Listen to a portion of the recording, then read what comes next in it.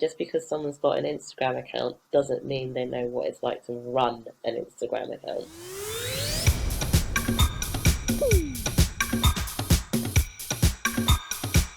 Welcome to Confessions of a Social Media Manager with me, Erin from Agora Pulse. Today I have with me Annie Ando. Annie is the social media manager for Victoria and Albert Museum, aka the V&A. Located in Kensington, London, it's one of the world's largest museums for applied and decorative arts, design, and houses a permanent collection of over 2.7 million objects. Founded in 1852, it was named after Queen Victoria and Prince Albert. In recent years, it's hosted some brilliant collections from Alexander McQueen to Frida Kahlo. It's the perfect place to take a date, have a solo trip, or somewhere where you can try and bond with your mother. As part of her role, Annie manages and creates the content for their Facebook, Instagram, Twitter, Pinterest, and YouTube. And that is a combined follower rate of around 4 million. Yep, yes, 4 million. Annie means business. Before taking on her role at the V&A, she was an agency gal through and through, running social media campaigns for names like Rolls-Royce, Sony Music, IBM, and Sky Cinema. Then, in 2018, she joined the V&A as their social media manager, where she has implemented a dynamic social strategy, putting visual identity and audience insights at the heart of her content. Her aim is to propel the museum to connect with audiences in new ways. When asked to describe her social media career so far, she said, intense, fast, and silly. That word has not come up before on this show. Welcome, Annie.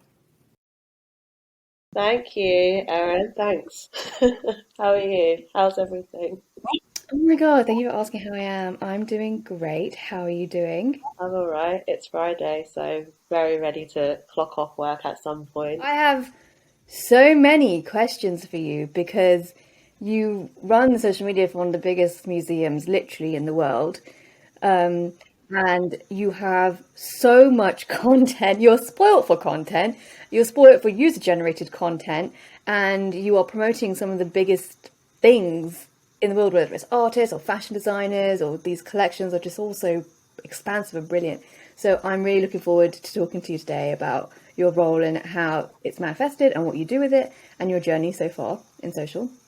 But could you go into more detail about your role as a social media manager? I've touched on it a little bit, but it'd be good to hear your overview of the role. I'm sure you get this as a very stock answer, but like social media, every day is different. No social media has the same, social media manager has the same job. So my role is more and more looking at sort of just general strategy for social when it comes to campaigns, multi-site, because obviously we've got V&A East and Young V&A coming up. So a revamp of the Museum of Childhood and two new sites in Stratford coming up in the next like 3 to 4 years. So it's looking at how those family of sites work together, as well as looking at the social content and the content production in general that goes out across the channels for business as usual, like every day, versus the exhibition campaigns versus just like the masses of collections that we have. So we've got like 2.2 million items in the collection, and about 200,000 of them are on view at the moment. We have like 200 curators. We have who look after the objects and manage the objects and what comes in and what comes out. We've got a robust conservation team. We've got a massive learning team.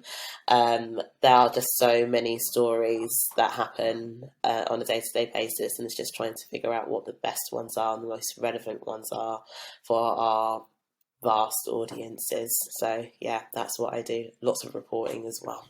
Annie, how do you sleep? I don't. You do a lot, you get through a lot, you have probably accumulated a lot of wisdom, obviously in your career in agency, but especially in this role now. What would be the first piece of advice you would give somebody when it comes to working in social? I think be as collaborative as you possibly can be, and be as open-minded as you can be. So I think it doesn't matter where you work. This has always been the case for social because it is, I guess, still very, very new in terms of just general marketing. People have very sort of set ideas as opposed to like, people know what press is, or people kind of have a feel like they know what marketing is, or they know what a website is. But when it comes to social, because everyone has it and people think they know what it is, or there are people who are absolutely terrified of it. So you have to either take people on a journey or bring people on your journey a lot of the time.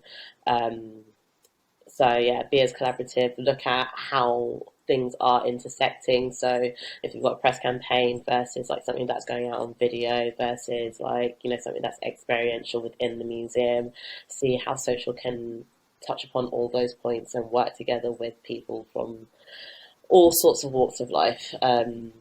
Because the more you collaborate, the better your content is going to be. What is a typical day like for you at the V&A? There is no typical day. So, especially now with the pandemic, because, sometimes you're in the office, sometimes you're not. So, for example, today I've had like a morning full of meetings, and then I'll be doing a lot of scheduling or creating Facebook events today. So, it's quite admin, tends to be admin heavy. But, Monday I'll be doing a live stream, or like planning for a live stream on not Facebook, Instagram. I'll be probably doing a lot of like TikToks on Tuesday, just because that's when I have the time to be doing it. I'll be reporting all throughout the week. I'll be doing bits for strategy across like the week. Like every day is different. Some days are like really, really creative, and like you're working with different stakeholders around the museum, and like working on strategies and looking at the future.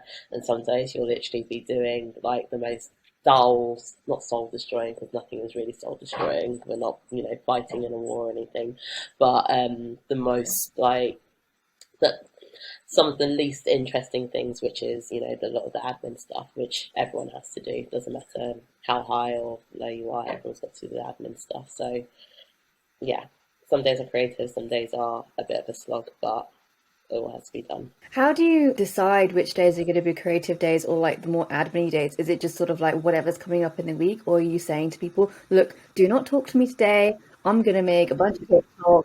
I'm out of office. Be quiet. I mean, there are definitely days like that, especially if it's like heavy strategy pieces where I will put my do not disturb on. If I get a call, no one is going to hear from me whatsoever. Like, no.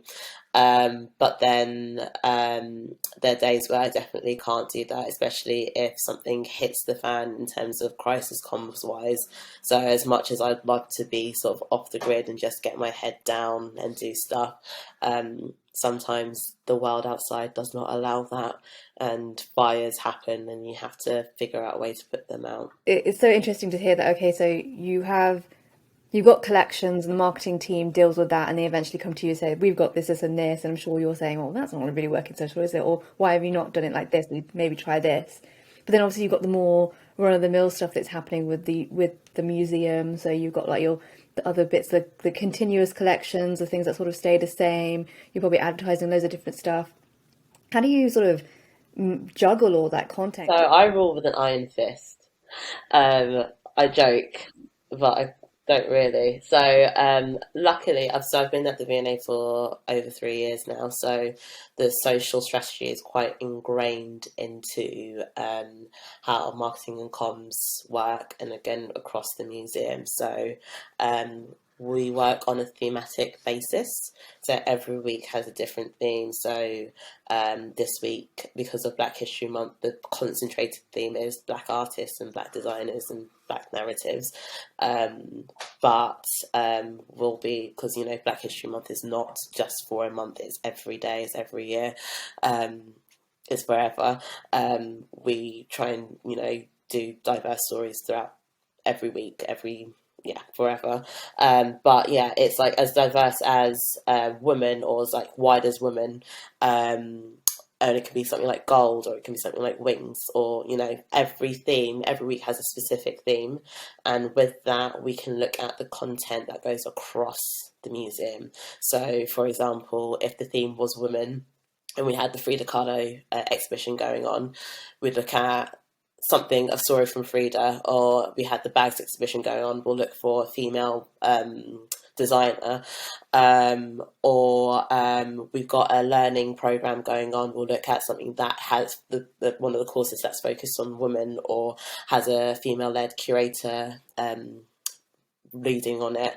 And then again, throughout the collections, we'll look at female artists. So it's that, but all applied to a different theme every week. So I think next week's theme is how's it made. So we're looking at processes throughout the museum. So whether that's looking at the Secrets of the Museum series, where we went behind the scenes and shows how conservators look after objects, versus like we've done a lot of like work with a lot of artists or like small influencers to show the processes behind their artistic process. So like embroiderers and stuff like that. So we've got videos of them doing their thing. So it's showing how they are physically make it, and that's the whole theme for the entire week. So it just means that we can talk about everything and anything, but it gives it a focus every week. So we're not scrambling for content, because with 2 million objects and a robust program of everything, it means that everything is competing. So if you give everyone a set thing that they have to work to, you get the best stories, and you get people thinking outside the box as to how they can fit the theme. That makes so much sense. So when did you start realizing we've got a theme each week just to get everything in? Was that something you started when you went in there, or it was just like over time you realized? When I had my interview, my first words were, or I said in interviews, that this is how I do the content. And I hadn't decided whether or not it'd be for a week or for a month, or how wide the themes would be. But I knew that that's how we would have to structure the content. Um, and yeah, it's worked. Like we first started doing it literally like, I mean, a month after I joined, experimented with doing content things for like 2 weeks, 3 weeks, and a week. And it seemed that doing it for a week was best, because you know, if someone doesn't engage with the theme, or doesn't like the content that's being put out, it's a week. They can move on, and they'll see the next thing. But it means that we can target people based on their general interests. So, you know, you can be 70 and like Beyonce, you can be 17 and like Beyonce. But the thing is, you like Beyonce. So, like, you know, if we're constantly talking about Beyonce, that's great. But as soon as that finishes, what else can we, you know, interest you about? Is it like the costume? So every week we've got a costume post, or is it the fashion? Like, they're all these different themes that tie people's interests together. And before, we were very exhibition focused, and you know, once an exhibition ends, you lose that audience if they're not interested, if you're not engaging with them in any other way. The interview, you mentioned this, so obviously like you went in there, were like, this is what I think you need to do. We've not really talked about in this series the interview process for becoming a social media manager.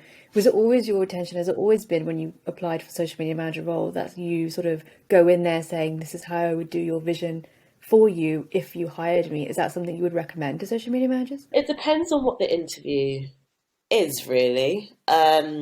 I think with the V&A, I was asked quite, not quite directly what I would do, but part of the presentation that was done for my second interview, we had to do a social media strategy for an opening exhibition or opening, you know, and I put that as like, this is what I would do for this opening, but you know, it's a permanent collection piece, so we need to be talking about this constantly, and this is how I'd organise the content that would be based on this. You know, I see what your feed looks like, and they asked for quite honest feedback on what they thought the feeds looked like, and I said, you know, this is what it looks like to me. I don't think it's very organised. It doesn't show what you really are about. It's very exhibition heavy, and I would want to try and show the diversity of your um, collections, and this is how I would do it.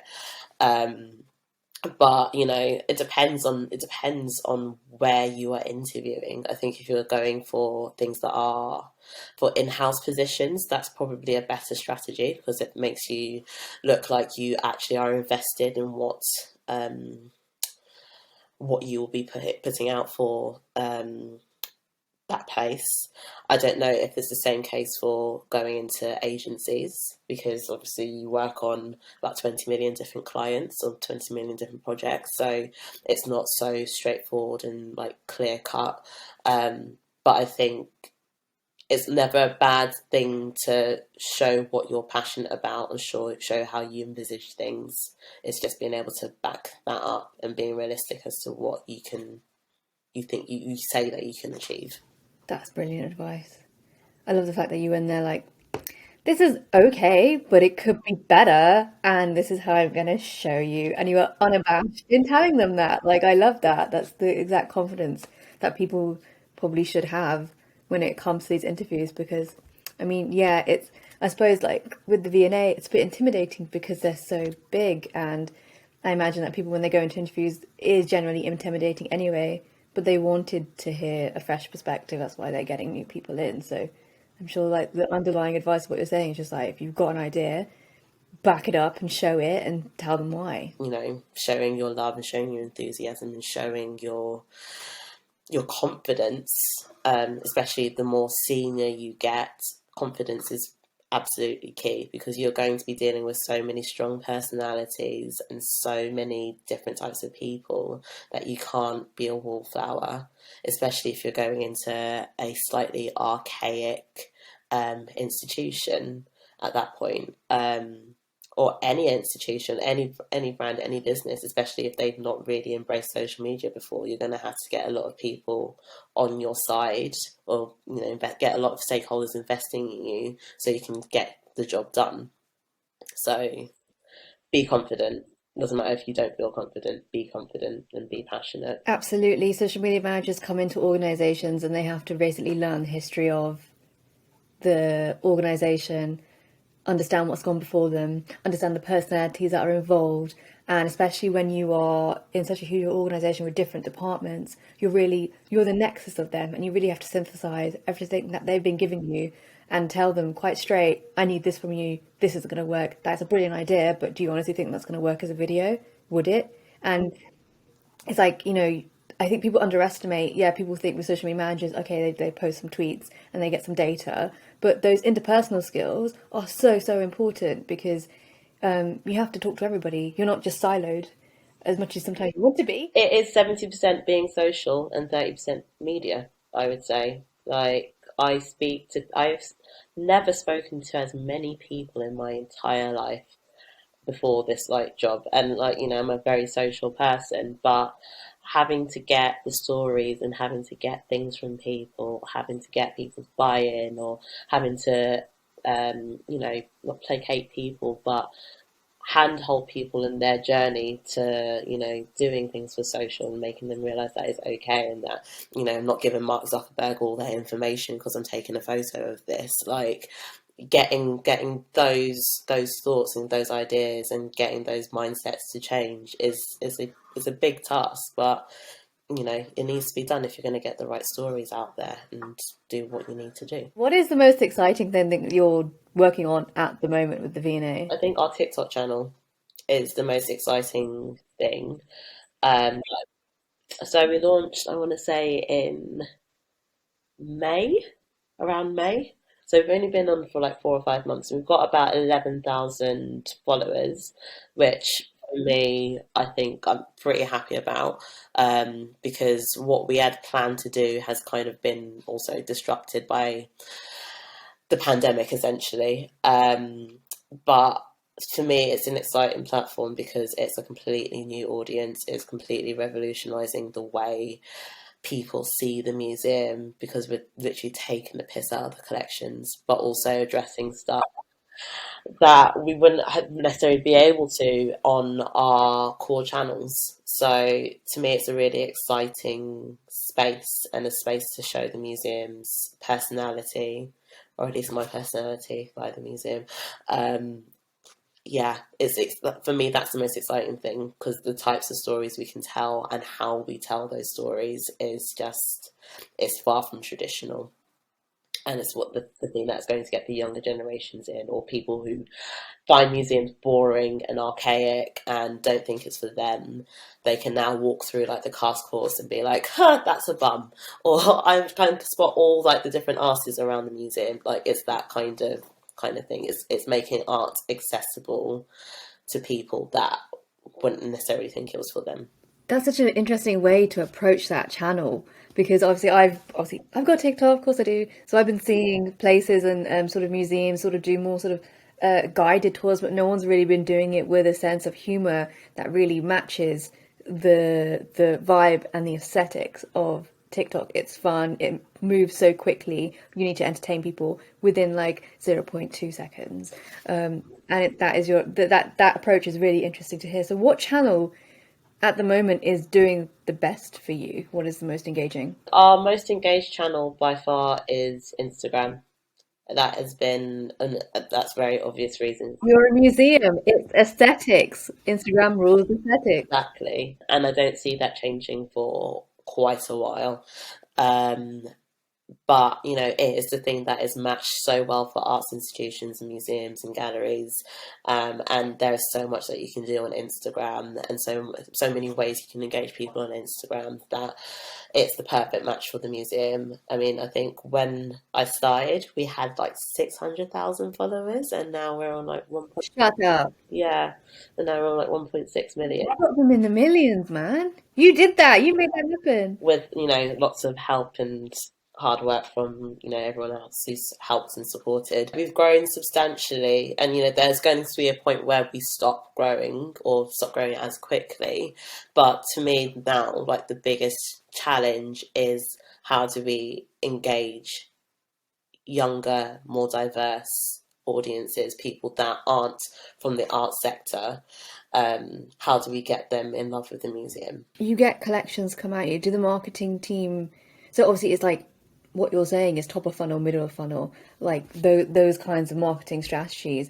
Where do you come in to decide the funnel? Does marketing come to you and say, like, this is the part of the collection that's like really going to get our core audience in. This part of the collection is like, but the more aesthetic-y, vibey thing. It's weird because, like, the museum, it's curatorial who will decide what goes into the museum, and with exhibitions, anyone could propose an exhibition, but whether or not it gets taken on is a different matter.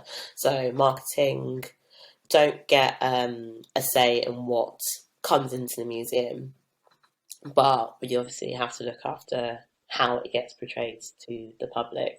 So, I mean, I'm lucky I get quite a lot of autonomy when it comes to what I post on social or what gets posted on social. So no one will ever say to me, we can't do that unless there's like a really, really, really good reason, like it's a top secret thing. Um, so it's really on me and the team to find the stories that are diverse within the collection. And some bits are more diverse than others. Like a lot of art institutions, the V&A is on a journey to diversify its content and its collections, and it's a art-wide sector issue. And that can go on for days as to what that should look like and how that looks like currently. Um, but we also have to reckon with the fact that our audiences are very Eurocentric, and they are not necessarily used to seeing brown faces or art from outside of the sort of William Morris Victorian collections that we have, or aren't very stereotypically, fashions. So it is also getting them educated or getting them comfortable with seeing diverse voices or diverse narratives within the feed. So, and that's the audience that I'm concentrating on building, or that's the audience that's most interesting for me to build. Because that's where it's what's needed, and it's where we are going as a society, and we need to get ahead of that, rather than being constantly on the back foot as an institution. When it comes to what you're saying about diversity, how much have you had to fight for that within your work? Because social media managers, they are more often not the last person to hear about what's going on in your organization, but the first to hear the feedback from the audience on that. Have you had to really advocate to put that diversity in? Have you been asked to bring numbers to the table to say this works and this doesn't work? Or is it more, I'm really saying this to you and it's like, you've got to get the resilience to say this to people? I mean, I will, to the V&A's credit, I haven't had to have those conversations. The most tricky conversations I've had to have was around the Black Lives Matter, the George Floyd's, Blackout Tuesday from last year, um, which I don't think any organisation handled tactfully. Um, but we move. But yeah, getting the big issue that I have is whenever we have post certain content, sometimes we get trolls. But that is for every brand that I've worked in, whether or not I was in the agency or work at the V&A. Um, Trolls and awful people on the internet are everywhere. It doesn't matter who you are. So, I mean, I will say I'm lucky enough that I've worked at places where if there has been racial or sexist abuse or on the channels, there's a complete zero tolerance policy with that. So whoever's written it gets blocked, gets reported. If we can like track them down as to if they are either a member or as part of like a whatever, they are expelled. So,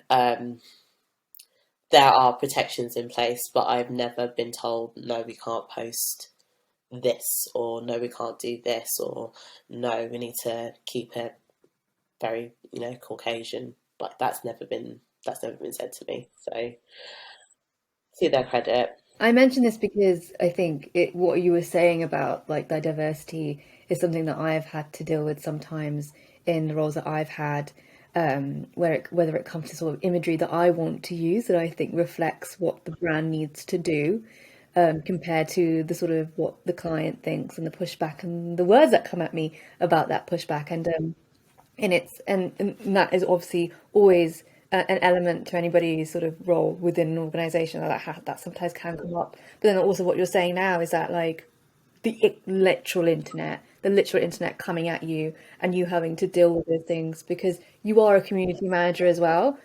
The mental health of community managers has come up again and again, whether you're working for Facebook or smaller organizations, they come up with a lot of abuse, and that's not always considered in this role from other people within the organization or other people when they think about social media managers. They come up against a lot. Sometimes the worst of humanity. It just is, and it's hard. Oh yeah. You see the value in your work, and it's so annoying when others don't. Yeah, but again, it's because it's new. It's new and people do not understand. And just because someone's got an Instagram account doesn't mean they know what it's like to run an Instagram account. With the pandemic, obviously, like museums were hit, arts was hit, theatre was hit. I felt that very keenly, having at that point been in theatre.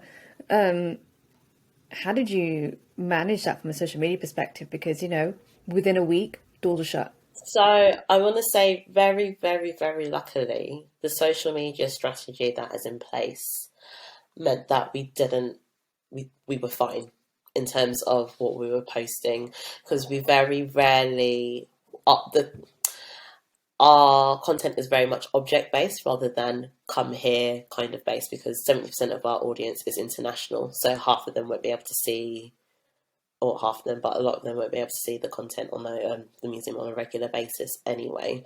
um, so in terms of what we were doing work wise and how like content was run, we were okay. I know other places really struggled, but we were okay. And what was nice is that the social strategy actually ended up getting rolled out towards to email as well. So email would do thematic posts as well, or thematic content, and also what was going on the website. They would publish content based on the themes as well. So every week, if we had say like animals, they'll post something that to do with one of the animals in the collection kind of thing. So it meant that everyone was in line. So it was nice to see the strategy being able to be scaled up or scaled down depending on everything. In terms of like the museum clothes and arts, and yeah, obviously that is a very, very hard time for people. But I think what I found most difficult during the pandemic is being able to actually switch off and um not having that sort of break in work. So we amplified how much content we put on the social channels because everyone's at home and everyone's bored. But that also meant that I like literally didn't leave my flat for like days on end because I was literally just glued to my screen, and we had a lot more eyes on us than we normally would because again everyone wanted to feed in their thoughts and feed in their conversations because again like if you normally look at something that is physical in the museum and something that's been taken away from you, you want to be able to feed it into the two channels that really were the only things that we had available, three channels, which was email, social, and the website. Um, so I think there was more pressure on marketing team and social team to put more out and or to try and bend to more people's will and to put a lot of justifications as to why we were doing things the way we were doing. But I think that only lasted for about a month before people sort of calmed down a little bit and realised, okay, it's a pandemic, but it's actually not that deep. Like it's just a social media post. Like my whole life is not going to collapse if this tweet doesn't go out. So it's PR, not ER, and that's what people don't realise. It is never that deep. We're not performing like reconstructive surgery on someone's chest, or it is a post. At the end of the day, it is a post. I think that's why I put silly down as like as a way to describe my career because you'll get people panicking about a full stop not being somewhere, and you're like, it's a full stop. It is a full stop. It doesn't matter. No one is going to care. I want you to do like a motivational newsletter for social media managers every week because you're coming out with so much stuff that I needed to hear at that point. Like I needed to hear that that typo was not at the end of the world. Who's going to die from a typo? Who is actually going to die? From what I can gather, your work-life balance was out of the window during that point. What is your work-life balance now? How are you approaching it? I mean, yeah, it's pretty good. I think I've always tried to be pretty strict with how much I work. Sometimes the balance isn't great, but like the previous agency that I worked at was awful when it came to like encouraging a good work-life balance. Like you'll get there for like I don't know, like 8:30, and you'll still see people working till like 7, and it's one of those environments where they wanted you to sitting at your desk and being there late was a element of you looking like you worked hard. And that's not doing anything for anyone. It's not about working longer hours. It's about working smarter and more efficiently. Someone having a mental breakdown because, over like a full stop is not a sign to show that you care. It's a sign that you literally have no scale of what is important in life. So, again, sometimes you work harder, sometimes you work for longer hours, sometimes there are more intense periods of time. But I can genuinely say, like, again, since working at the VN, since maybe it's like an in-house thing in general, but obviously it's not going to be for everyone. Um, your work-life balance automatically is better than or from what I've experienced when I was working at the agency side. That's what I was going to ask you actually. Was that the biggest push to go from jump from agency to in-house? Just like was that the work-life balance just out of whack? It was a work-life balance. I was tired of having ideas and them being because of internal politics and people micromanaging constantly.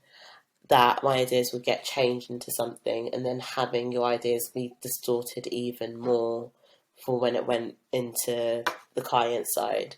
Or,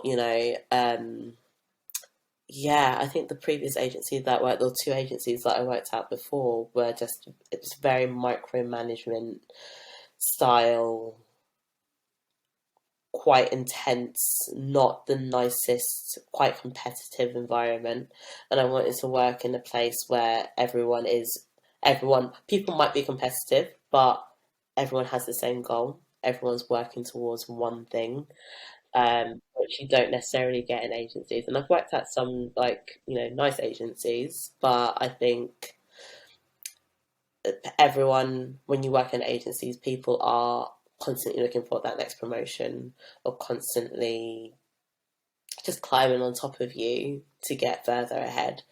And that's not my personality type. I am very laid back as a person, or chilled as a person. And yeah, I don't do well with people micromanage me. I know what I'm doing. I can manage my time. I can do things on my own time. I will never miss a deadline. Um, Let people work in the way that they want to work, because yeah, and you get that ruling out of fear in agencies, rather than doing things because you want to, or just because you like a person. I've had some very interesting bosses in my time. I completely resonate with what you're saying about agencies, and I think it's an honest conversation that people need to have here. I know that the culture in the UK and Ireland, which is where we're, talking to, is that, you kind of jump from agency to in-house, or or agency tends to be the first thing, and sort of baptism by fire way to get yourself into comms and to learn this basic skills under pressure. But more often than not, you do end up going a fork in the road, whether you do like agency life or not. I, for one, can quite honestly say I don't like agency life for the exact same reasons you have put forward. It doesn't really suit the way that I work. The politics on top of the politics from the brand side, like you mentioned before, is too much for me. I found that where I'm working now is that we're all united in promoting our brand. We're all on the same team, really are on the same team on doing that. And that makes things so much more easier. And I'm able to put my skills into best practice because I'm focusing on one thing, not like five different clients with so many different needs and half-assing the job. And I mean, obviously, I've not worked in an agency for a good 2 years now, so God knows what it's been like during the pandemic to work for an agency. I can imagine it's completely manic. Like, I don't want to think about it. It gets my blood pressure raised even thinking about it. But yeah, I do definitely think that like agency culture here needs to change, or be more welcoming to different types of people that want to work there. It's ruled with an iron fist sometimes, and it's not helpful. Having a mental breakdown should not be a sign of you caring about your job. That is, in my opinion, it's not healthy. I will say that, in terms of baptism of fire and learning the ropes quickly, agencies are a great place to start. I wouldn't take back my experiences, because they are essentially what has got me to this place, as difficult and as horrible as some of them have been. Um, and I have learned a lot from, I would say, my first two agency experiences, especially in terms of learning the ropes as to how to do ads, or just general work ethic, and just being able to just get on with stuff and being proactive. And like, if you're like, my first agency, they had 11 accounts and I worked on 8 of them, like, just balancing everything. Back to V&A, but I'm going to ask you more about that as well later. What does success look like for you on the V&A channels? I think the main thing that we measure success wise is engagement rate, in terms of like cold hard numbers. Because yeah, I don't care if our post has got 100,000 likes or whatever. Not that any of our posts have, but it's about how people actually engage with the content. And what is the outcome of that? because that is brand building, and that is a lasting thing.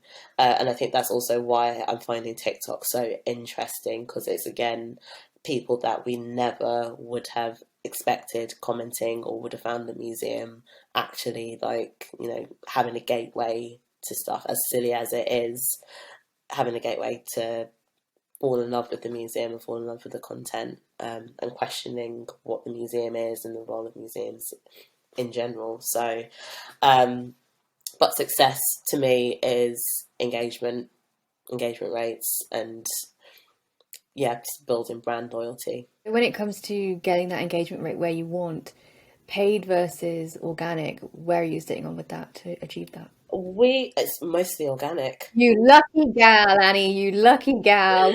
We'll do paid ads for exhibitions, but the content that we put out is very rarely, if ever, boosted. Very, very, very rarely, if ever. We will boost an event every so often. And that is one thing that's lucky when you have a brand that is well known, that you're looking after.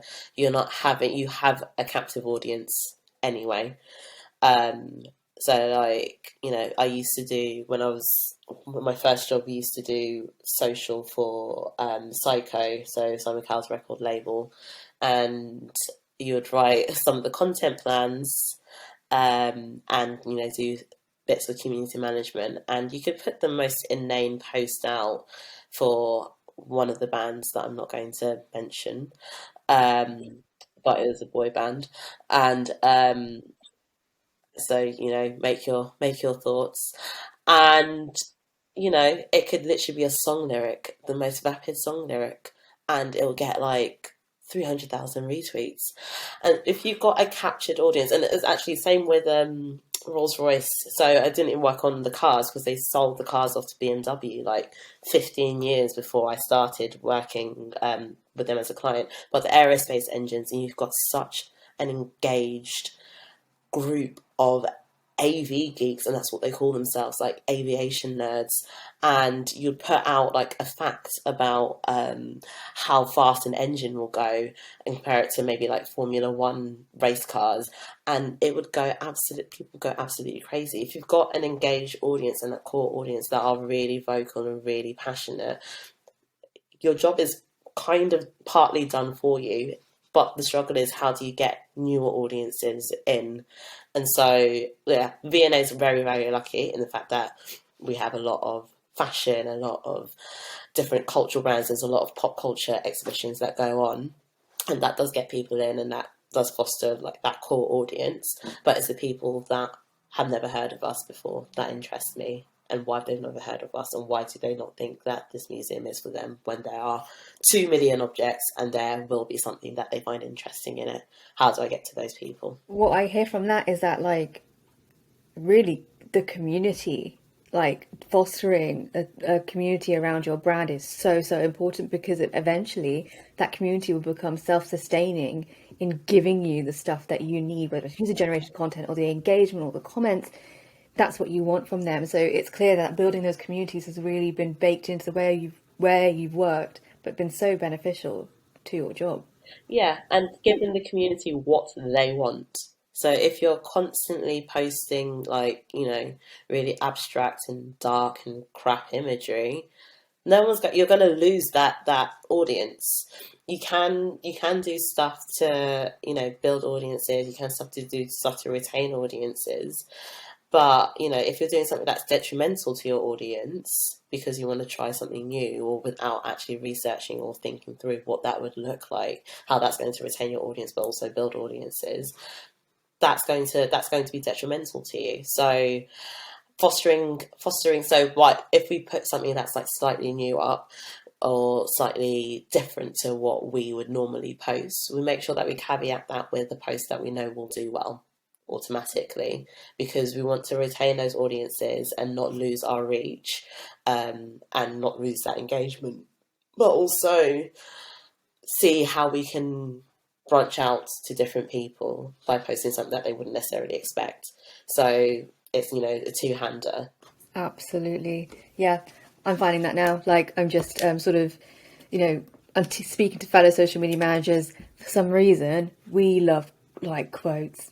We love quotes on stuff. They love a good quote. You've been sort of like, peppering our conversation with, the skills that you have been putting forward to make your job a success for you and what you think the skills that the job needs. What do you think the essential skills are needed for a good social media manager? Patience, so much patience because you have to deal with so many different types of people from, again, different different backgrounds, different journeys in terms of how they deal with how they interact with social, um, different opinions. So you need patience. I don't think you can take things personally as well. So whether that is looking at community management and seeing what someone's how someone's commenting on your feed versus, if someone doesn't like an idea that you have, you can't take it personally. Um, you have to be creative. You kind of have to be a jack of all trades because really, most social media managers will be copywriters, will be data analysts, will be have some experience in editing videos or photos or both. We have to be researchers because you have to look at research your posts. You have to be good communicators when you're dealing with stakeholders, whether it's internally or, if you're freelancing, you're looking for jobs, or, within an agency, you have to be so many different things. A lot of it is instinct. Um, and I do think there's probably a certain personality type that is better suited to social media than others. But you have to be so many different things and you have to be able to juggle so many different things. Um, yeah, there's so much in social, and so it's changing so much and so quickly and all the time. You just have to be on it. You have to be passionate about it.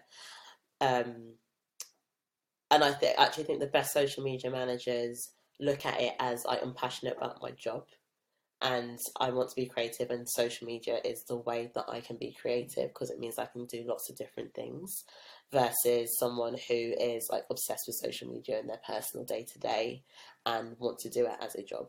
I think there's a difference between living and breathing social media because you're living and breathing passionate about your job versus you're living and breathing social media because you're just passionate about social media. That made total sense, and that's the thing that I'm talking to. Obviously, so different social media managers from different industries, jack of all trades, is coming up a lot, and passion is coming up a lot. If you don't have the passion anymore, their job is going to get infinitely harder because it's so intense. With social media, it's so public. The job, you mentioned typos and how they can get picked up, but what has been your biggest mistake on social media and how did you fix it? And please, obviously this is a safe space, so you can say whatever you like. If I'm being honest, I I think I'm really lucky in the fact that I don't actually think I've done anything that has been like humongous, like a death drop, like, oh my God, I feel like I'm about to get fired, like, mistake. I mean, I've worked at places where there have been like, oh shit, like this has happened. So, again, my first agency used to do the social media for, again, Psycho, and it was around the Sue's anal bum party fiasco. If I don't know if you remember that. No, I don't. Why don't I remember that? So Susan Boyle had an album party. So that was like back in the day. It's like what, 10 years ago. God, I've been doing social media for so long. It was about 10 years ago now, when Susan Boyle was, a thing, and she had an album party, and they used to do, and obviously they still do it now, but it used to be the big thing to have like a listening party, and and the hashtag for it was Susan Album Party. And knowing how the client works, like you would write a content plan and it will go through about 20 different eyes before it got back to you when it was approved, and it would be completely different to what you wrote it. It was literally like, just churned, and like, anyway. but no one picked up on this particular how it could have been read.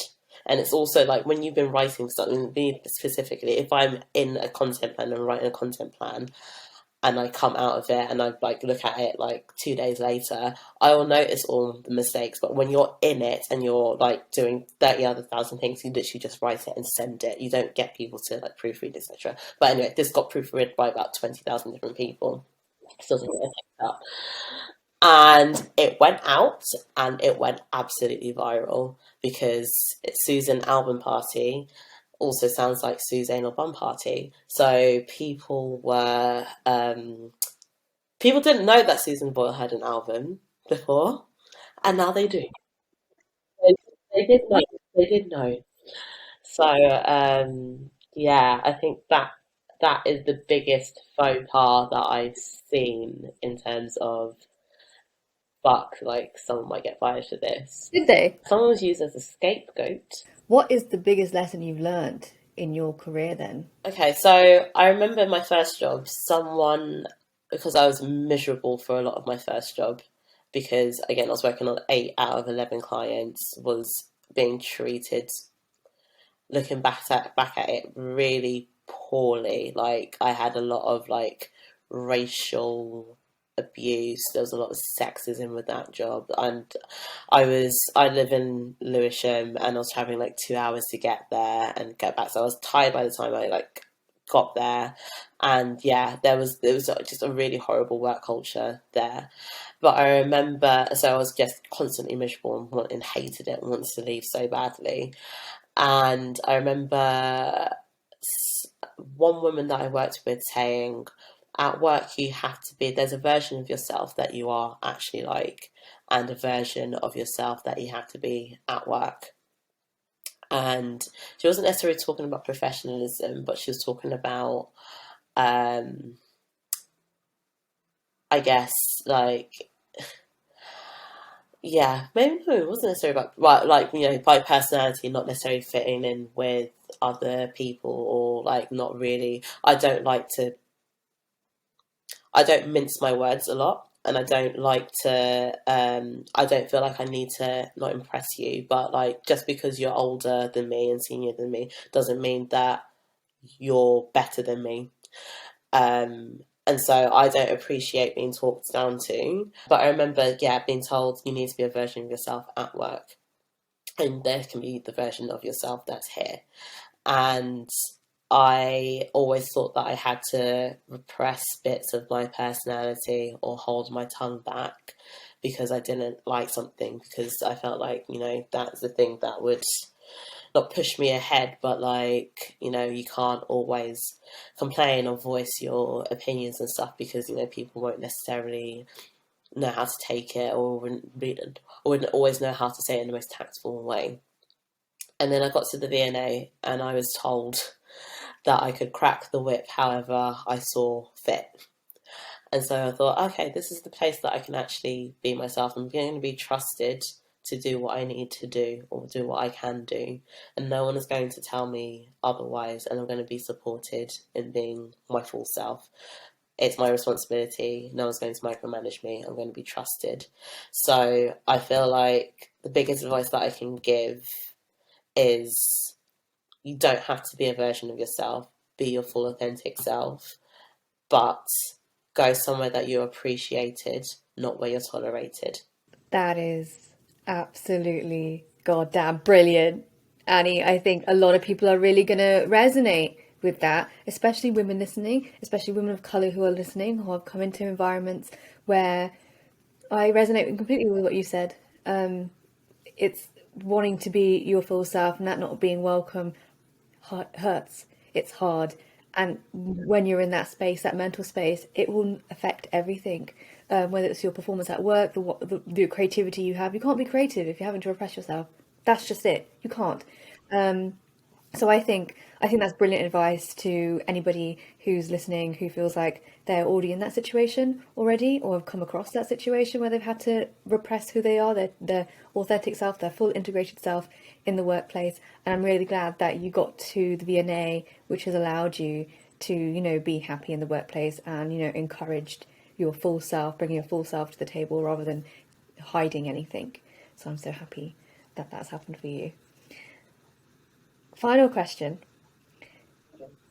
What do you think is the future for your industry in terms of social media? So the museum landscape, what needs to happen next? I think the museum landscape is has its own issues as opposed to, say, the social media landscape. So, social media, I think there might be a reckoning coming in terms of how people use social in general, purely because of mental health, purely because of worries about security and where your data is being used, and the sort of, I think how people use social media personally is going to change. And I don't know how much brands, or at least for a museum, I don't think that's going to affect people too much because you're not perpetuating anything that is negative in terms of, say, like beauty standards, or things that are going to be damaging to mental health. That's not what museums are there to do. That's not what they're there to perpetuate. So I feel like where social media is going, where museums are going, are very different things. In terms of museums and the arts industry in general, there also needs to be a reckoning in terms of how we tell stories, in terms of diversity, diverse in terms of transparency, in terms of just making art accessible to everyone. It's still a very elitist thing if you think about it. And so there are people that have said to me that if they visited the museum, or a museum, or a gallery, and have not felt welcomed, or they have not been able to feel like they're themselves. And that is something that needs to change. And that is through the collections and how, we display art, how stories are shared and stories are conveyed. And yeah, and just being transparent and as open, as welcome as possible. But we're not going to get that unless, the makeup of all these things, all these different workplaces, who we collaborate with, the agencies that we work with across the board, change. Like, they need to change. It doesn't matter if you work at an ad agency. When you look at the makeup of it, it is mostly white men at the top, a lot of young women, but very few people of colour. And we're not going to be able to tell the best stories, or the most diverse stories, or the most interesting stories, if all the people that are at the table look the same and come from the same background. So yeah, it's an art sector problem. It's a general marketing problem as well, or agency problem as well, and arts problem as well, creative industries problem. But I think there's more, the appetite and the desire to do more is there. It's just, how do we get there? And how do we get there effectively, and not wait for another thing to happen in like 10 years time to like give people a kick up the arse to actually try and do something. Let's do it now. Annie, I think you're going to be the person to bloody lead it. What's been so clear to me from when we've been talking is that you are someone who has encountered difficult situations in your work, but has not dampened your need to get better at your job, to work on the skills that you've got, and to apply them to every place you've gone to. I think people, when they have, not everyone has a brilliant work journey, not everyone has a completely positive experience of the work environment, and that can really crush your spirit sometimes. It can make you leave, it can drain you the passion of the things that you really did love. And that's a horrible feeling. But what is so clear to me from talking to you is that has not stopped you. And it's not stopped you from being a brilliant social media manager, as you clearly are. But, I think people listening will be really buoyed by the things that you said today. And I am. I wish I'd met you earlier so you could have told me these things earlier when I was in crisis so many times because of this goddamn job. We're going to get on to our quick fire round. Okay. First social media site you signed up to? MySpace. What is the worst social media trend out there at the moment? Oh, probably one of the shit TikTok dances. If you weren't running the V&A's social media channels, which other brand would you want to run? Oh, I would want to do BBC News. Ooh. Which social media site has its days numbered? I want to say Twitter because the people on there are. Which social media site will you never sign up to? Ah, OnlyFans. Thank you so much, Annie, for joining us today. Where can people find you? So follow the V&A. So on Instagram we are V&A Museum. On Twitter we are V_and_A. On Facebook, if anyone still uses Facebook, it's just Victoria and Albert Museum. And then, I mean, you can find me on Instagram, but I don't think you'll be interested in what I'm posting because I barely post anyway. So it's just my name. So yeah, find me. Well, find the V&A, really. That's what you need to do.